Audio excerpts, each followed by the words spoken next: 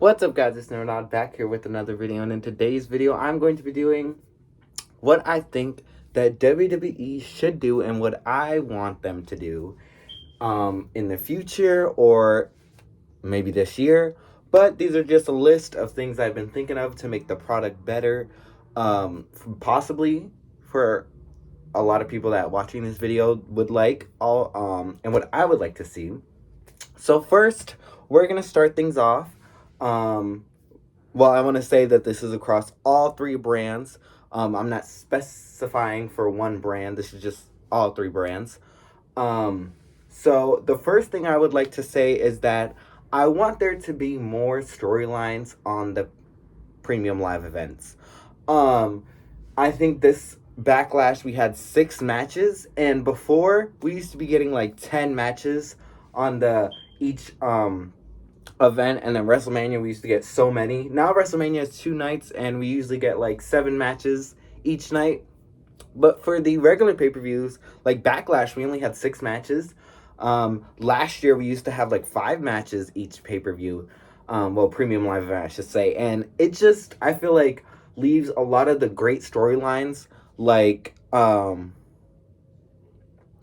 we could have seen so many great storylines last year end on pay-per-views, and a lot of the championships aren't being defended on pay-per-views. I mean, just look at the women's tag team titles. I mean, they could have defended the titles at WrestleMania Backlash, but they saved it for SmackDown, which it really kind of doesn't make any sense. And I feel like to make the superstars look even better and to possibly build up new people, why not just have these storylines go on the shows?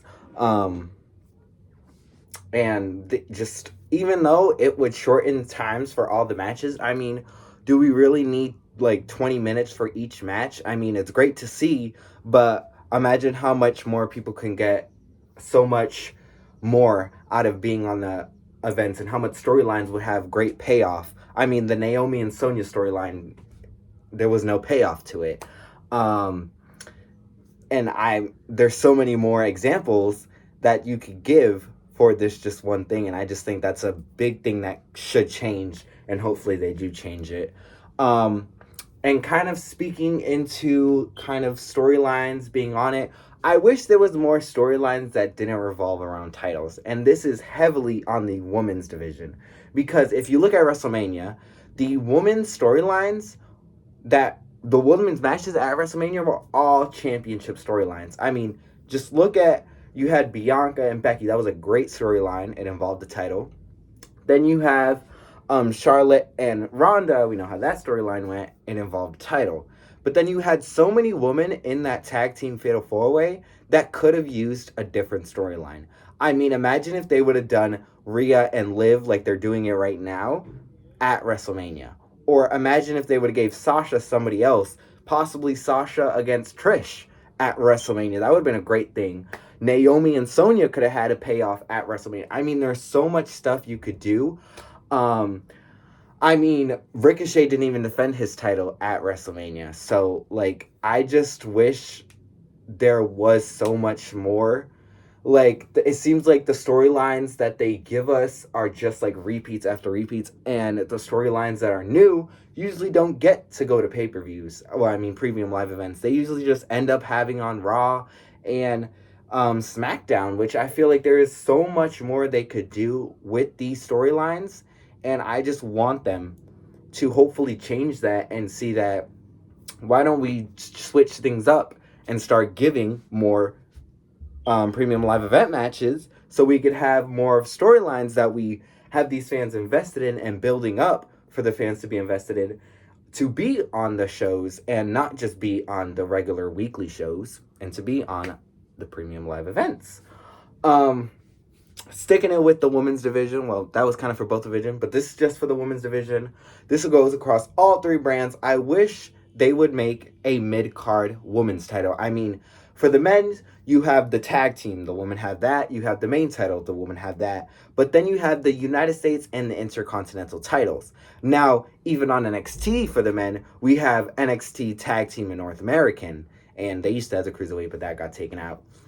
But for the women, it's just strictly main title and tag team. And there are so many amazing women across all three brands. Like Rhea, well, We have Shotzi's never won a singles title. We have Liv's never won a singles title. We have um, Alba, formerly known as Kaylee Ray. She's without a title right now, and she's an amazing talent. We have um, who else? We have just so many amazing women. We have Dewdrop. We have just countless women that deserve to have titles, and there really isn't any time because it's either going to be Charlotte, Becky, Bianca, Rhea, like this. I don't want to say the same woman, but it's usually the typical woman that are going to get the opportunities, and then you have to really fight for an opportunity to get a title match for the main title. Um, and this also goes into storylines. I mean, this could add another storyline for the woman, and it could add another match to a pay-per-view for the woman. You see how it's all playing kind of a thing right now, that if they do just one thing, this could do so much more and so much better for the division. So that was my thing. And then next, I feel like even though people don't like makeshift tag teams, I feel like makeshift tag teams work for people, and it gives people stuff to do. I mean, they could easily make Edge and Damian Priest a tag team right now. They would be a great tag team. They could easily make Balor and Styles a tag team. That gives them stuff to do. And there is just so much talent that I feel like would be great as tag teams, not gonna lie. Um, I mean, just look at Riddle and Orton. They were a makeshift tag team, and look at, they're one of the fan favorites. New Day believe it was a makeshift tag team, and they look at all the stuff they've done. I mean, even Humberto and Angel are a makeshift tag team. They didn't come in together. I feel like the only tag team that came in together right now is the Street Profits and the Usos. I mean, they've done great stuff as well, but that's just those two are left. Also the Viking Raiders, but what have the Viking Raiders done, to be honest with you? But I feel like they just need to start seeing like people that they're not using. They kind of do that all the time with the women's division, but they always break up the tag teams, which I'll get to that in a little bit. But it just seems like it works more than having them built up, because you always know a tag team always breaks up that's built together, except for the Street Profits and the Usos, like I said. But even like the Bellas, who were twins, they broke up. So yeah, I just feel like makeshift tag teams are a great thing for the tag team division, and it gives so many other people opportunities that would just be sitting around doing nothing. But also, if you're going to make these tag teams, let's move into my next topic, is don't break up the tag teams. Now, I get it. This could create storylines like it did with Sasha and Bayley. Kind of like it did with... The storyline didn't work out because he got injured, but Enzo and Cass. Who else can I think of?